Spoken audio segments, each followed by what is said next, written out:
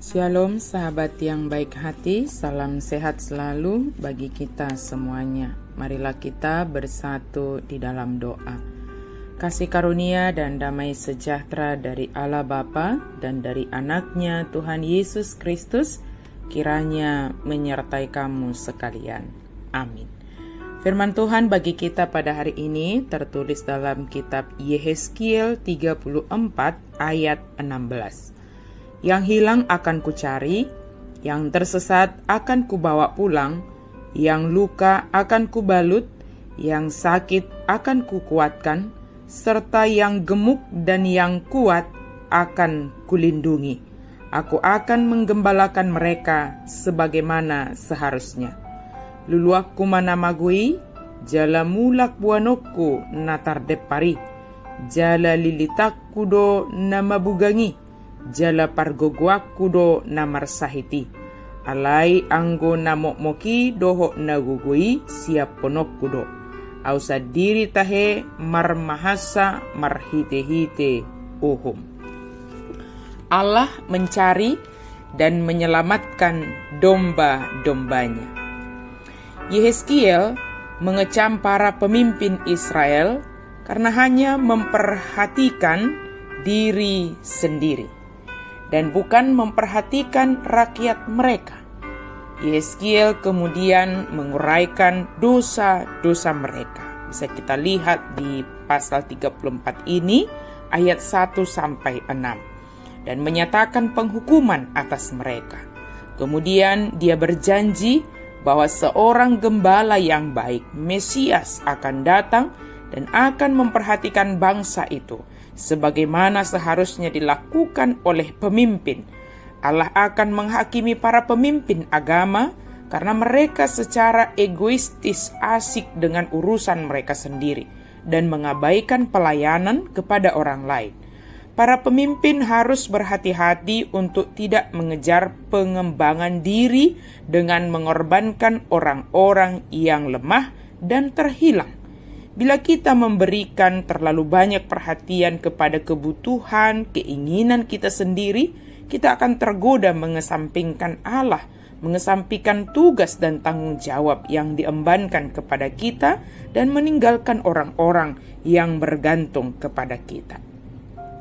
Allah berjanji untuk mengambil alih sebagai gembala kawanan dombanya yang terserak. Bila para pemimpin kita meninggalkan kita, jangan kita berputus asa, tetapi mengingat bahwa Allah sedang memegang kendali dan bahwa Dia berjanji untuk kembali dan memelihara kawanan dombanya. Jadi kita mengetahui bahwa kita bisa datang kepada Allah untuk meminta pertolongan. Dia tetap memegang kendali dan bisa mengubah setiap situasi tragis menjadi kebaikan bagi umatnya, bagi dombanya, bagi umat yang dikasihinya.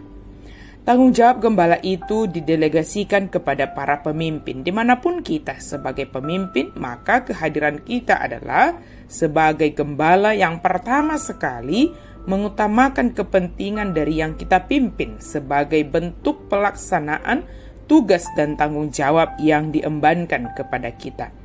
Kemudian sang pemberi tanggung jawab itu akan memberikan apa yang kita butuhkan.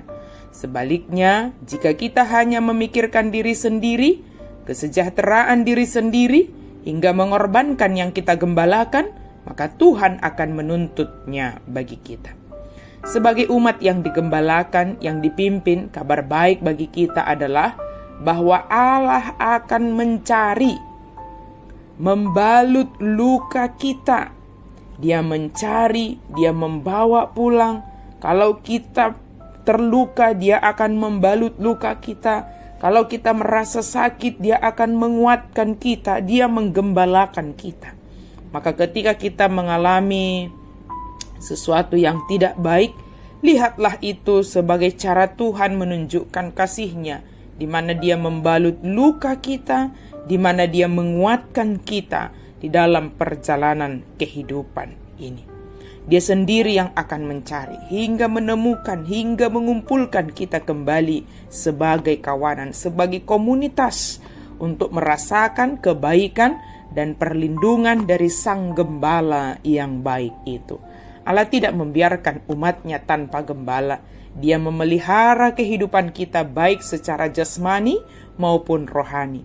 Dia menuntun kita hingga tiba di padang rumput yang hijau dan air yang tenang. Sekalipun jalan ke sana begitu terjal, tapi ingatlah bahwa tangan Tuhanlah yang menuntun, yang menolong, yang membalut luka kita, yang menguatkan kita, sebab Dia menggembalakan kita.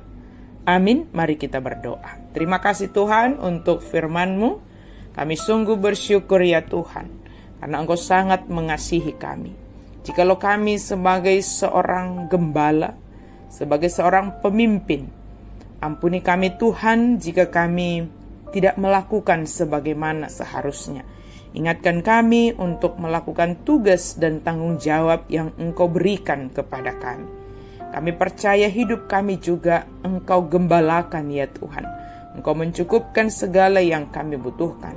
Kalau hati kami sedang sakit ya Tuhan, sedang terluka, kami percaya Engkau membalutnya ya Tuhan. Kalau kami sedang sakit ya Tuhan, kami percaya Engkau menguatkan kami. Terima kasih Tuhan, karena Engkau menggembalakan kehidupan kami hingga pada saat ini, hingga untuk selamanya.